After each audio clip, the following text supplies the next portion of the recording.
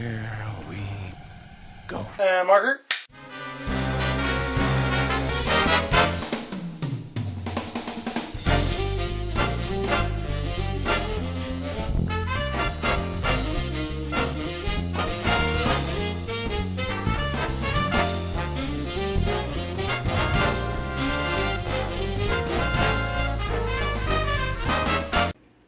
Welcome to Mergy Movies. I'm Big Mike. I'm Justin Fergy first.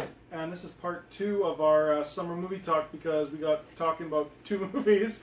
I know we got to talk about the rest of them, so we'll try to be a little more quicker unless that happens. So I did not see this, but did you see this? The Mummy with Tom Cruise. No, I did not see The Mummy. I hear it wasn't that good. I believe it. Now, the only reason I kind of really wanted to see it at one point was because Russell Crowe was in it. And I didn't really care about Russell Crowe at the time, but I found out what character he was playing. He was playing Dr. Jekyll. Oh. So I'm like, okay, I'm mildly interested now. The whole thing with this whole extended... Now, for those of you who don't know, Universal's trying to do a Marvel thing and try to do an extended universe, but of their Universal monsters. They've been actually trying for years and not doing so well because they did Dracula Untold. And that was supposed to kick it off. But it didn't do very well. But they said, at the very last minute, they threw in like a Frankenstein reference or something like that, right? Just to tie it in together, right? Yeah. And then they brought out a Frankenstein movie, and I don't think it was the one with, the guy who played Thomas Jane. I don't think it was the one with Thomas Jane. I think it was the one with, why can't I remember his name? The guy who played Professor X, James... Oh, James McAvoy. McAvoy, yeah, that's it, James McAvoy. I want to say Marston. He was in X-Men too, but no, that's the same thing. But no, I think that was the one that was supposed to... Be the Frankenstein for this? And yeah, but then again, that bombed. So then they're like, hey, we're going to try to do a shared universe, and we're starting with The Mummy now. And what Russell Crowe was supposed to be is he's going to be like the Samuel L. Jackson. He's going to be the Nick Fury. He's going to be the one who gathers all these people together. That was what their thought was. So I'm like, okay... I'm mildly interested, and apparently he does a full hideout in the show. Because, like, I know a friend of mine who saw it, and he said that that's what happened. So I will sit and watch it, but that's one of the ones I didn't get to see, and I didn't really feel like playing. Because I mean, Tom Cruise is such. He's very iffy. Yeah, he is like. He is like I can count on one hand the Tom Cruise movies I like. Yeah, really. Me too. But I think of one. Risky Business, Days of Thunder, Top Gun, Last Samurai. That I've liked? Like that I've like, oh god, I gotta see this kind of, you gotta see this kind of thing? Not really. No. One movie back in May, though, that I saw, I don't know if you've seen, Alien Covenant. Oh, yes, yeah, we should maybe have not skipped so far past May, because there's probably better movies in May. No, I didn't. I hear it was okay. I hear, like, if you're not too fussy on the, I guess, the story of it, because I guess they mess with some things, I guess. They tried with the Alien Covenant to bridge Prometheus to the first Alien movie. Right. Okay, yeah. And if they did, it's like if it's like a loading bar meter, right? You're going from 0 to 100%. If they're trying to bridge that gap, they got to about 25%. Oh, ouch! They didn't get to the full 50. They got to about 25%. It's like Yikes. this. You didn't cover very much, but it's actually not bad. Like it's entertaining enough. It's entertaining enough. I think. It's not like the first. I think Ridley Scott's getting too old. Or maybe he's just been doing it too long. Yeah. He's bored. Yeah, fair enough. Because he's trying, some directors, when they get to a certain point in their career, they want to try and be experimental. Right. And the first Alien movie was a pure horror movie. Yes. It was a sci-fi horror movie. There was nothing more to it. And the second one, James Cameron did, he turned it into an action movie. Mm-hmm. But it still operated on some of the same principles. This, he tried to make it more about philosophy, more about a god complex and creation. Did he do Prometheus? He did Prometheus. Okay, that's what I thought. Yeah. Okay. Yeah. And okay. One of the very first times I've ever seen Danny McBride play a serious character. Oh yeah, right. I forgot he was in that. Yeah, weird. Yeah, you don't really picture him as that, but I mean, you'd be surprised. Some people who, like, for a good example, Robin Williams. You never would think could be a good serious actor, but holy shit, if you haven't, do yourself a favor and watch Awakenings. Oh yeah, we watched that in psych class. That is his fucking, in my opinion, it borders on Good Will Hunting to me. Yeah. I fucking love Good Will Hunting. Like, awesome, but he was phenomenal in Awakenings, and he was awesome in, he was all just as good in fucking Good Will Hunting. That's just become one of my very recent favorite movies. Just like that whole scene with "It's Not Your Fault" and all that shit. Oh, just fucking right down there. One of the greatest acting scenes of all time, in my opinion. So. But yeah, we did skip over May just because we thought we'd lead in with June because of the summer. But we might as well tackle a heavy hitter that was in May, which was Guardians of the Galaxy Volume 2. That's right.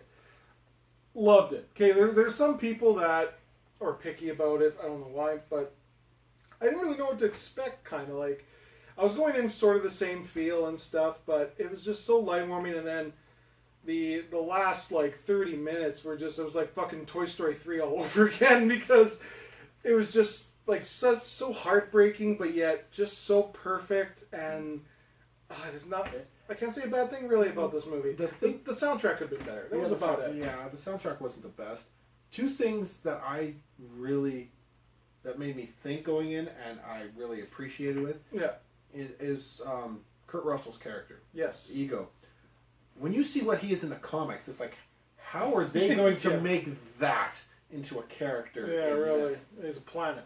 He's a living planet. Yeah. That's like, how are they going to do that? And what they ended up doing with it, I really liked. And the thought that kept running through my head after the movie is the old phrase, never meet your heroes because they'll always disappoint you. Yeah. For him, like, who his father is, they constantly referenced it in the first movie, his father's father. Then when he finally meets his father, it's crushing because his father is an evil dick. Spoiler alert. But yeah. Come on. If you're a Marvel fan and you haven't seen this fucking movie, you're insane. It's really good. But yeah, anyway, yeah, it was just, and again, Kurt Russell's, I love Kurt Russell. Yeah, he was great. He was. Seriously, like, he was just like, and it was just like the same thing like what happened with Michael Keaton in Homecoming. Yeah. It was like, it's just this nice dude. And then all of a sudden just something, in this case, it was a little bit different because at least you could kind of go on the same spectrum with Michael Keaton. This spectrum's a little out of our reach, but it was just more like, he's just a nice guy, but then when he wants what he wants, that's it. Like, you're fucked. Like, that scene in the car with, going back to Homecoming, with Michael Keaton's like, don't mess with me. Going back to that scene in Homecoming, that's something I want to talk about. Yeah. Arguably. Yeah. Top 2 or 3 greatest scenes in any comic book movie. It was 3 people talking in a car. Yeah, exactly. Yeah, and not even, it was 2 because like what's her name left, and it's like, just don't. Well, even like I was listening to Kevin Smith talk about it. Yeah. And he actually broke the whole scene down. It was really good. Where they were talking about, like, you see him piecing the whole backstory together, and he figured out that Peter is Spider-Man. Yeah. And he actually pointed this out. He showed it, and it was like, when he figured it out, the light turned green. Yeah, right. They were stopped at the sign, and when he saw the light turned green. I gotta watch it again. Yeah, the light turned green when he realized that Peter was Spider-Man, and she's like, he was just like kind of flabbergasted. She's like, "Dad, go," and then kind of put you. Then the scene changed into something completely different. Yeah. Then you were like, you had 3 different people telling 3 completely different stories in that scene. Yeah, that's right. Yeah, that's right. Yeah, 'cause, I remember Kevin talking about that. He was just like, it was like 3 different mindsets going on. Like the girl's just like, la-di-da, I'm going to prom. I'm going to prom, my date, my dad. And it's like, I'm taking this boy. It's like, fuck, that guy's Spider-Man. And then Peter in the back's like, I know who he is. All you can see on Peter's face was, oh God, oh God, oh God. Exactly. Please don't kill me. Like, it's like, that's what oh man, another good Marvel out of the park, dude. Like, seriously. It was so Spider-Man. It was unbelievable. But anyway, reversing back, with Ego, it was just like, you just wanted Peter to find his dad because he lost his mom. And this was another awesome moment for Marvel for me. There was no hesitation. That was it. He goes, and that's why I gave your mom that tumor, Peter. And he's like, fucking shot him. Like, he didn't even think. He's like, you killed my mom? Well, I had to, and he fucking shot him. Like, right there. No thinking whatsoever. Not even like a pause moment in a show where he's trying to think. That there's sort of a maybe or a moment of contemplation. Like, this is my dad. It's like, no, you fucking killed my mom. I'm going to shoot you. You know what I mean? And that was awesome. Like, that was just great. And, like, it was so funny when things should just kind of leap out at you in movies like that. Yeah. But then when it catches you, you're just like, no, I should have thought of this before. You know what I mean? And same thing with, again, comparing it to Spider-Man Homecoming. Like, I should have fucking connected it, too. Like, with the whole, like, spoiler alert, that Peter's dating Vulture's that daughter. reveal? Yeah, the reveal, honestly, borders on, like, the moment you see it, like, the moment it first happened in cinema. Yeah. Luke, I am your father. Yes. Like, to know I'm your father. That reveal flabbergasted people. Yeah. This reveal, people were like, no. Exactly, like, I should have saw it, but I didn't. Because your brain doesn't go to that. Like, it should naturally, because it's like, oh, well, of course he would, she might have mixed race parents. And that's the thing, too. They threw you for a loop, too, because they used, and this is one thing, I love Sam, but when we talk about progression and diversity, he kind of gets a little confrontational about it. Fair enough, yeah. Yeah. But they used it in this movie. They sure did. They used, like, progress and diversity as a tool in this movie. Yes, they did. Yeah, it's like, oh, you don't think they could be related? Well, fuck you, they are. Like, there's, again, we seem to be talking about Homecoming again, but it's just when those movies. It's just talking about them again just kind of makes you realize, like, man, Marvel just does things that it's those movies like you go to see Spider-Man, you go to see fucking Baby Groot kill some shit, you go see whatever. Yeah. But also there's so much scenes that after you're starting to think about it and talk about it and whatever, you're just like, man, those scenes were just good versions of cinema. Like, so say what you will about the movie as a whole, but man, those scenes, like Kevin Smith, I think he said, hands down could have been, if there was a category for best Oscar scene, like for Oscar for best scene of the year, that would be one of the ones. Oh, for sure. I wouldn't even argue that. Yeah, no, it was awesome. And like I say, we'll go back to Guardians. It's just, and spoiler alert for those who haven't seen it, the death of Yondu. Like, I always loved Michael Rooker. Joe, I don't know why I wanted to say Madsen for. But anyway, that would have been a totally different Yondu. But anyway.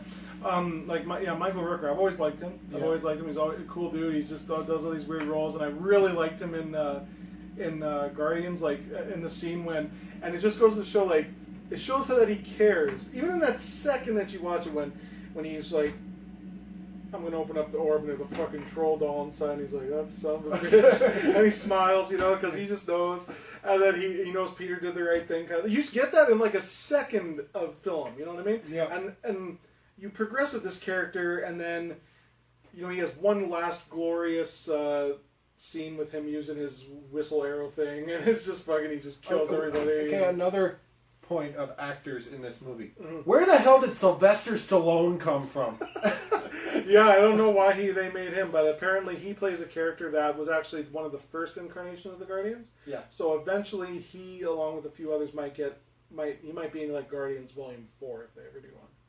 Well, the thing is you look at it, him, Yondu, like the Ravengers, they turned the original Guardians into the Ravengers. Yeah, exactly, yeah. So, and that's why, like, going back to Yondu again, with that, again, spoiler alert, the death scene, it was just heartbreaking, and that song, that father and son song by, I can't remember the band right now, but anyway, like, just that song and the whole thing, like, okay, and then everybody showing up for his funeral. Oh, it was just one of the best scenes of the year. The best 5-6 years, I think. Yeah. Best scenes in cinema. And I'm looking forward to Volume 3. I think they talked about it because they said, because the last two movies were about Peter, the soundtrack was set to Peter missing his mother. The songs all reminisce memories with Peter and his mom. They said that the songs on Peter's Zune that he has now are going to be reminiscent of what Yondu thought of him. Mm-hmm. So it's like you're going to get the same sort of thing, but with a whole different undertone. It's just going to totally change the tone of the movie. And I'm so looking forward to what they're going to do with that. So, and hey, maybe Yondu will come back in a few flashback sequences. You never know. That'd be great. Michael Rooker deserves a few more moments. Oh, of course he does. He was fucking awesome in that show. So moving on from there, what else we got? We have Baywatch. Did you see Baywatch? No, I did not see Baywatch. I gotta say, the preview of it looked funny enough, but it wasn't good enough for me to see in theater, so I never did. Yeah. Here's one that a lot of people are talking about that I did not see, which is Baby Driver. Me either. I'm really mad that I didn't see it either, because I actually was going to sit down and be like, okay, it's coming out, I'm going to watch it, and I just haven't got around to it yet, unfortunately. Yeah, that's the one, like, as soon as I get the opportunity, I'm going to watch it. Yes, me too. Here we go. So this one you were just talking about, what we were talking about off camera. Mm-hmm. Despicable Me 3. Now, I've never seen the other movies. I know you're going to probably all hate me, but they seemed okay to me or whatever, but nothing jumped out. But 3, the trailer for it looked good. Now, you said, like, you touched on some points about what did you like about it? I said the twin brother storyline really didn't go for me. Like, it really didn't work. You know, that happens a lot in when they introduce that twin brother or, twin thing or whatever. Long lost brother thing. The long lost brother, long lost twin. I mean, outside the Parent Trap, I don't really know where a film where it is used in any sort of effective way to the story. Yeah, exactly. Even the Parent Trap is kind of stupid. Yeah, fair enough. Yeah, really, like, you see this person who looks exactly like you and you don't question that it's your sister or whatever. Yeah. But anyway, that'd be too weird. But anyway, Trey Parker's character of Balthazar Bratt. Yeah, no, I'm definitely is awesome. He's awesome. He's one of the best characters in animation I've seen in a long time. Like, literally, when they focus on the twin brother thing, I'm like, can we go back to Brad? Maybe he should get his own movie. Yeah. That'd be awesome. I haven't seen it. Maybe he dies. I have no idea. But anyway, no, he doesn't die. Okay. Well, hey, maybe... hey. He could. He very well could. Trey Parker, like, obviously Trey Parker's great with his voice, obviously, considering his career, but he brings so much that cheesy adult kind of fun to it. No, okay. The 80s kind of thing. Like, it's like they put it. It's like they put that in there for the adults for sure. It's like we need a character just for the adults, and it sounds like that's what they did. So. Yeah, and like he is a child star from the 80s who is obsessed with the TV show he used to be. Right. Yeah. And he's trying to recreate that show in his real life. Yeah, I'm very interested on seeing that actually, just because of that. So. And then like there was a more touching story with Gru's wife Lucy and the girls that he took in, trying to create this mother-daughter bond, and that stuff's actually really nice. That sweet. Stuff is really sweet. I like that kind of stuff. So I'm looking forward to watching that one. So.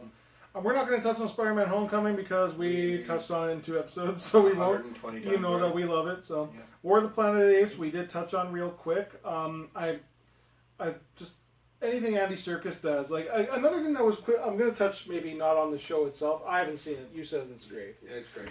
I won't touch on it too much, but Andy Serkis is whenever he's on film doing whatever he's doing, he just brings that specialness to that, like, and he can transform himself into a character without even animating himself. Like, I mean, he was on, was it Conan?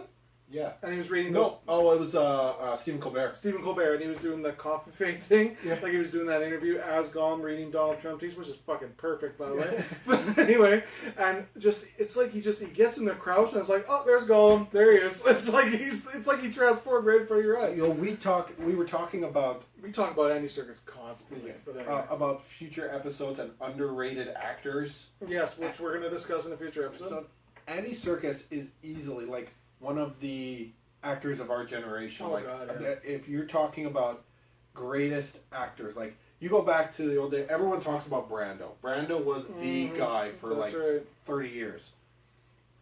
Yeah.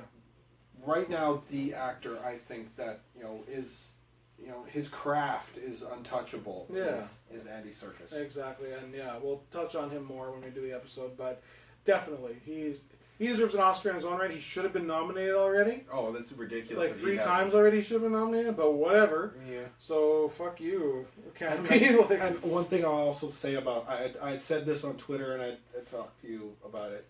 Steve Zahn in this movie. Steve Zahn of all people. Right.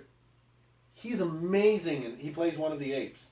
It's the best work of his career. I wouldn't doubt it. No offense to Steve Zahn, but anyway. He plays Bad Ape, who is this little tiny ape who they kind of stumble upon. Okay. And they're kind of shocked because they've never met any ape outside of their group. That Caesar had infected with the disease. Mm-hmm. They'd never met anybody. They didn't realize apes outside of that group had gotten smart too.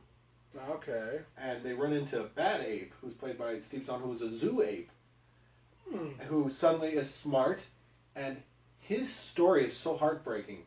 Oh, wow. I was always looking forward to watching it. He is a zoo ape who was always, he calls himself Bad Ape because that's all he was ever called. Oh, wow. Okay, I'm in. Like that's all he's like. Yep. He's like, and he starts looking at him. He's like, human talk. I listen. Bad Ape.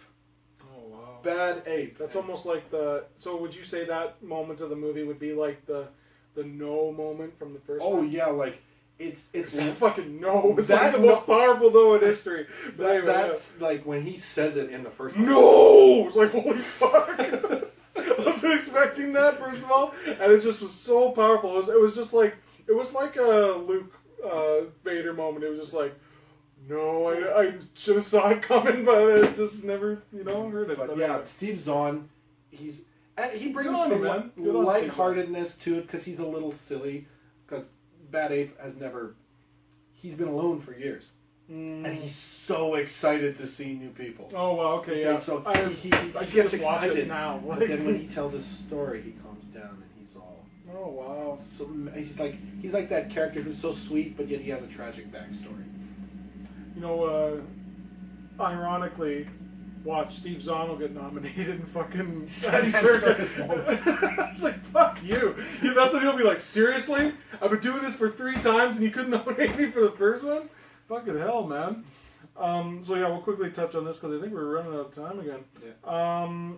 Dunkirk, I've been wanting to see, and haven't yet. Dunkirk, I saw Valerian. Valerian, how was it? I heard it was meh.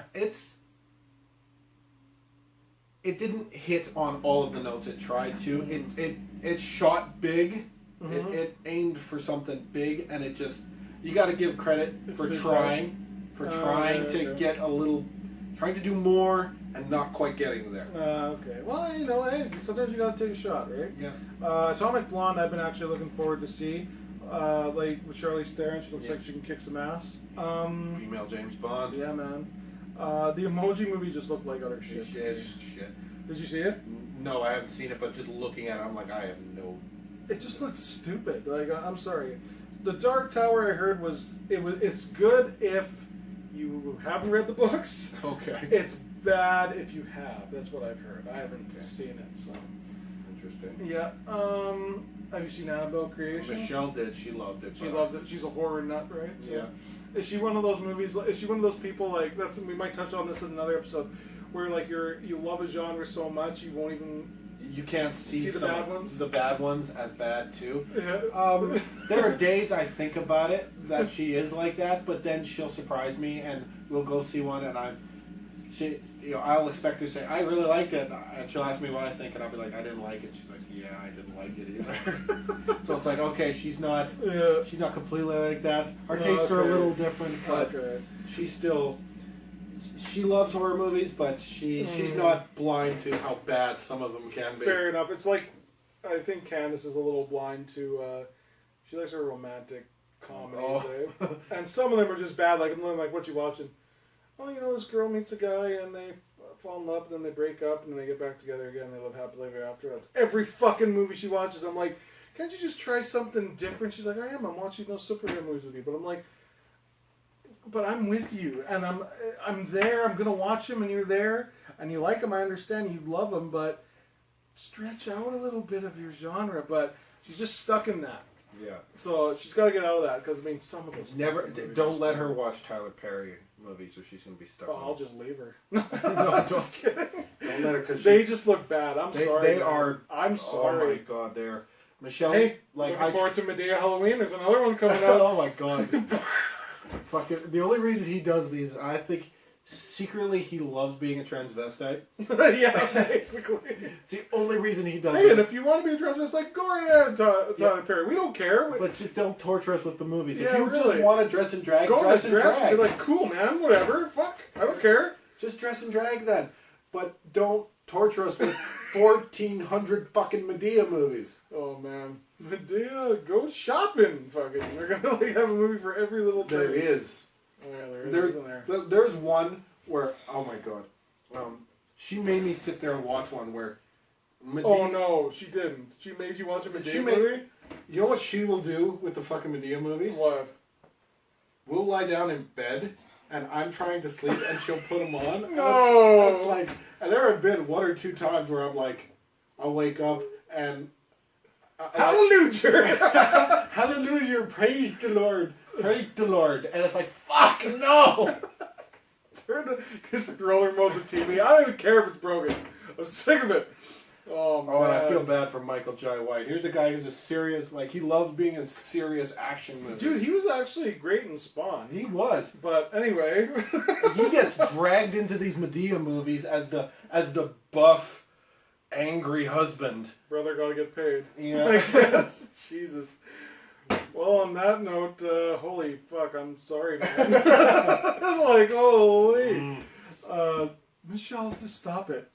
Stop it. Stop torturing your fucking lover here with these fucking Medea movies, because I feel for her. Okay, here's another thing I want to point out. This was the big ugly moment for me in the Star Trek reboots. Oh, okay, here we go.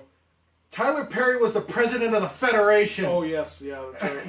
Comes up. Tyler Perry is the president of the Federation. Wasn't he the president in another movie?